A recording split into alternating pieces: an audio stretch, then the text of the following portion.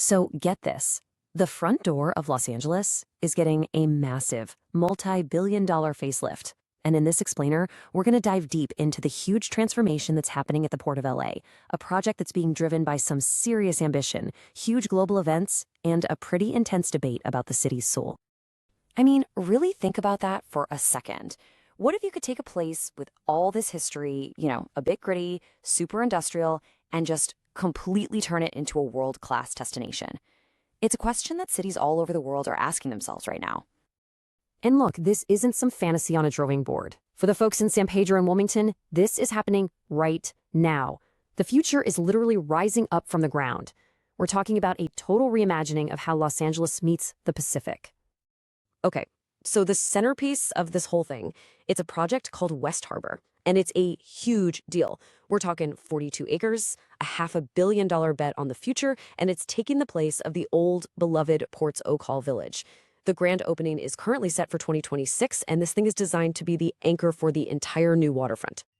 And they are definitely not messing around with this. I mean, check out this list of restaurants. It's like a foodie's fantasy. You've got the legendary Yamashiro from Hollywood opening its second ever spot. The huge San Diego brewer Mike Hess is setting up its first LA location. There's even a taqueria from Tijuana that's gotten Michelin recognition. So the message is pretty clear, right? They want to build something that's going to pull people from all over SoCal. But, and this is a big but, not everyone is on board. This quote from a Reddit discussion, man, it just perfectly captures the tension here. So while the developers are seeing this amazing world-class dining spot, some of the locals are just seeing, overpriced stuff that doesn't really fit the vibe or their budget. And this is where it gets really interesting, because it's not just about the food or the prices. It's about the whole look and feel. The old Port's Oak Hall, it had this character, this quirky New England fishing village vibe that people really loved. But the new design? It's been described by some as just a bunch of sterile steel and glass huts. The fear is that it's losing the soul of the original place. Okay, but this whole transformation isn't just happening in a bubble. The timeline is actually getting fast-tracked, and I mean supercharged by some huge international events. LA is about to be on the world stage, and its waterfront needs to be ready for its close-up. First up on the calendar, the 2026 FIFA World Cup. And if you want to know why they're in such a hurry, well, just look at these numbers. We're talking over $1 billion in projected economic impact for LA County. $1 billion. With that kind of cash on the table, you can see why there's a fire lit under these projects. Yeah, so it's pretty obvious this timing is no coincidence. West Harbor is set to open its doors right in time to host an official FIFA fan zone. I mean, talk about a debut. From day one, you're going to have millions of people from all over the world with their eyes glued to this brand new spot, making it an instant landmark. And right after the World Cup frenzy dies down, guess what? The Olympics are coming to town just 2 years later.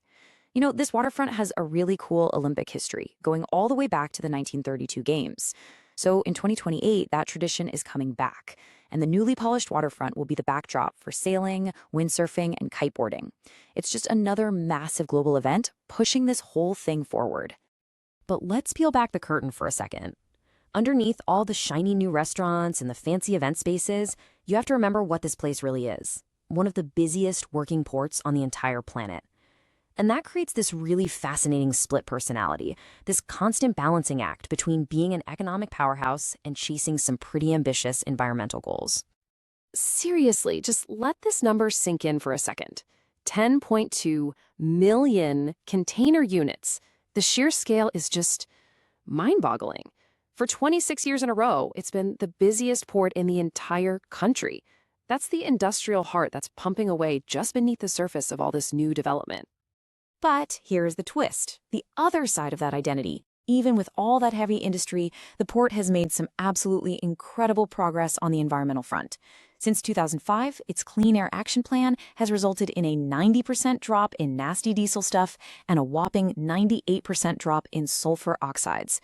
That shows they're really serious about cleaning things up. And this is all part of a bigger idea they're pushing called the blue economy. So what's that? Well, it's not just about shipping containers. It's about creating sustainable, ocean-based industries for the future. Through places like Alta-Sea, the port is investing in a future where the economy and the environment can actually work together. And get this, It's already responsible for over 100,000 jobs and a $14 billion boost to the local economy. That's huge. Which, of course, brings us to the big one, the final and maybe the most important question of all. With all this money, all this global attention, all this change, what does it actually mean for the people who call this place home? What's the human impact here? I mean, on paper, the promise looks amazing.